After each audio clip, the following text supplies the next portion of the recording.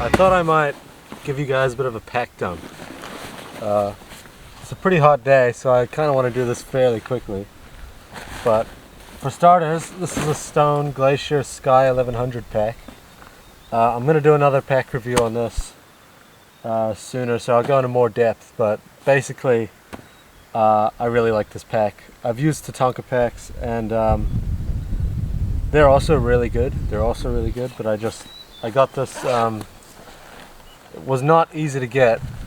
I had to order it in from Australia, if I remember. But I've had it for about a year now, and I really like this pack. It's such a nice mountain hunting pack. It's got a lot of straps. It's got different pouches for stuff. It's very customizable. You can pack it right down to use as a day pack. And in general, it's just very nice. Just really nice pack. Love this freaking thing. For starters, I guess we'll start on the top. Here I have a neck kerchief. I think this is merino. That's really nice for when it gets a bit colder. I always carry a beanie. North Face make quite good beanies. I always have some snacks at the top of my pack. This is a little pouch that I keep camera gear in, and a headlamp. Generally towards the evening I'll chuck this in one of my pockets if I'm wearing pants. Very essential item is a spork, especially a long one, that you can use to get to the bottom of those backcountries. Very important. Let's see, in this pouch I tend to have my PLB, stuff like that, knife rod, just for sharpening knives when I'm gutting and stuff like that. Something I've started carrying recently, just for my bow, is this multi-tool. I honestly only really need 2 things on this, so Leatherman might actually be a good idea. I might look into that. But you know, if you bump your sights on your bow or something like that, one of these is very nice to have, and it's not too heavy. But that's something I might look at improving pretty soon. I'm fairly new to this whole bow hunting thing, so you know, we'll get to that. Going deeper to the main compartment. At the top of my pack, I always have, on almost every trip actually, I always have a puffy jacket, even in summer, like right now. When you're glassing in the high winds, you just chuck this thing on and you won't be cold at all anymore.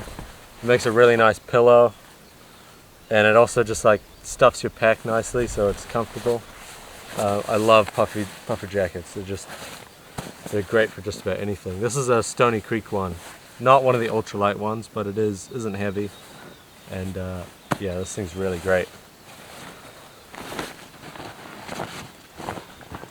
Jetboil. You can't go wrong with a Jetboil for boiling water. I've used just like little gas stoves and stuff, but a Jetboil, it's nice, and it's probably a bit heavier, really, but it's just so convenient. And one of the gas things for these small ones will last maybe like 4 or 5, maybe even a week if I'm really not using it that much. But yeah, they're a really good piece of kit. Tent. This is just a one-man tent. I'm really looking at getting a new one, to be honest. This is a Nordisk one. It's fairly heavy. I'm kind of looking into getting a lighter tent just because it's nice. It's always nice to be lighter. It's always nice to be carrying less. But this is a really sturdy tent. I've had this in gale force winds and snow, and it's held up for a long time. I've had this probably 5 or 6 years, and it's really good. Very good tent. Nordisk have good stuff. Sleeping bag. Oh. Let's see. I can't even remember what one I got. I recently just got this, and to be honest, this is not my favorite sleeping bag I've ever had.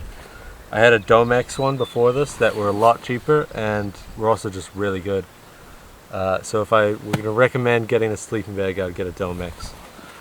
They're not expensive and they work really well. Pretty much. And then I generally just have a dry bag. Sometimes I'll put my sleeping bag in this, but right now I just have some clothing in here. I'm gonna do a video on clothing at some point, so just so you know, spare clothing, about 4 layers. A spare set of socks is very important, but that is basically all I have in there. One thing, I always have a rain jacket in this pocket, and another more important thing is I always have a blow-up mattress like this. These Kathmandu ones are really good. Anything else you buy pretty much is just super bulky. I don't know why there aren't more brands that have small little blow-up mattresses like this, because these things are just really nice. They're not heavy.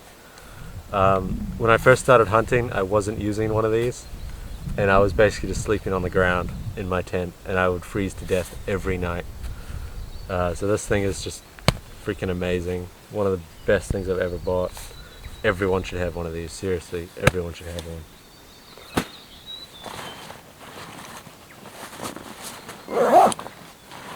As far as cutting tools go, I generally have a sheath knife. I do also like to use a Leatherman sometimes, but in general a sheath knife like this is just a really handy thing to have. It's always on my hip there. It's always nice, quickly accessible. I mean, I don't even really use it that much. I only use it when I'm cutting up animals, so maybe doing some bushcrafty stuff, but not really. Yeah, this is not a sword. I don't actually know who made this. I just know someone in Palmerston North made it. I wish I knew who, because I've had this. This is my first knife actually. I've had this knife a long ass time. It's a really good knife.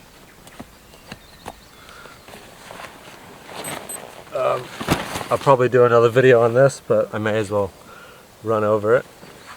This is a Bino Bro by Bushbuck, and it's quite a big Bino rig, you would say.